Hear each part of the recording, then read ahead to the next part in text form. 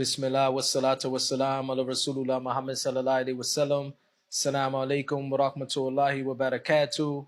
I just want to give salams and welcome the new Muslims out in Dubai. My name is Bill, formerly known as Napoleon.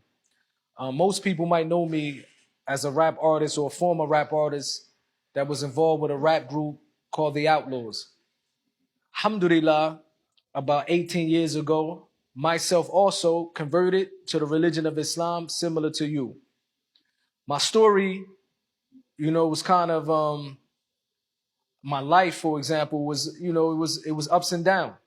I grew up in New Jersey. My parents converted to the religion of Islam before I was born. At the age of 3, my mother, my father got murdered in front of me. So from that day on, myself, my brothers, we moved into the home of my grandparents who happened to be Christian. I recall at a young age, my grandmother, the first time she made me get on my knees and pray to Jesus. I remember at a young age that I am now following a different religion that my mother and father used to talk to me about. And I remember my parents used to always tell me that I was a Muslim. You're a Muslim, you're a Muslim. So when I moved to my grandparents' house, things changed.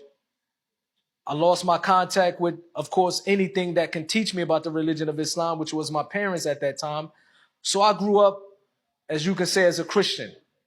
My grandmother used to take me to church on Sundays. But then I got to a point in my life that I said, you know what? I have no religion. I only believe in God. So I made my own rules. I used to believe that I can do whatever I want. I can eat whatever I want. I can drink whatever I want. I can do whatever I want. I can live my life the way wherever I want without any consequences. And that lifestyle, many of us, unfortunately, that thinking, many of us in the Western world, in the USA, and all over the world, many of us have that understanding that we can do whatever we want and there'd be no consequences. Myself, I used to say that. I used to make excuses. I used to make excuses on why I drink alcohol. I used to make excuses on why, I do things that's not permissible now in the religion of Islam. I used to say, well, God, he know I come from the ghetto. This used to be my mindset. He know I come from the ghetto.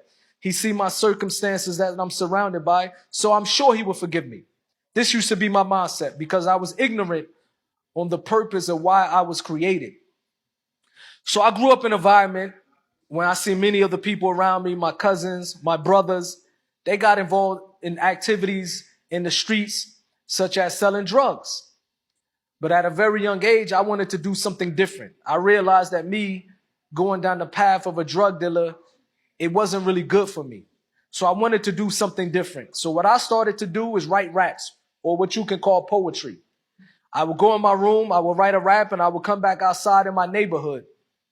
And I would say this rap for the locals in my neighborhood, the local drug dealers, the local gangsters.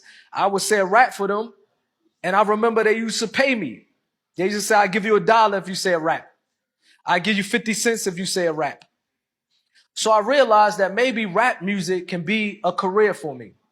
So eventually I got reintroduced to a childhood friend of mine by the name of Gaddafi Yafeo, who happened to be the half brother of an up-and-coming rap star at that particular time by the name of Tupac Shakur.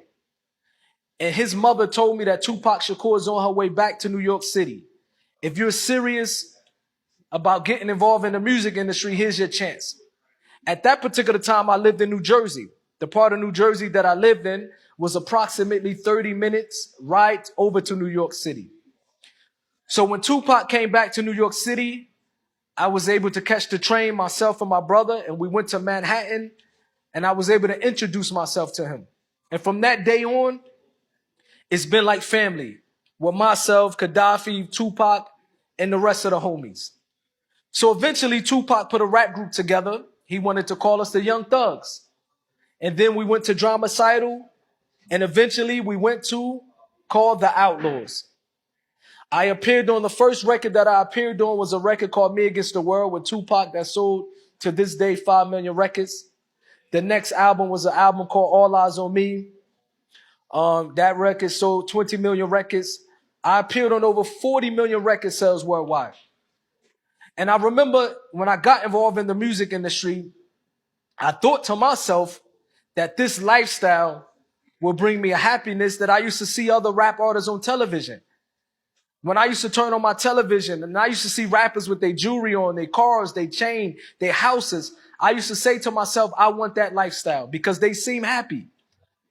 But when I got involved in the music industry, I realized that it was a facade. It was a mirage, as they say in the Arab world. It wasn't the truth. It wasn't what it seemed to be.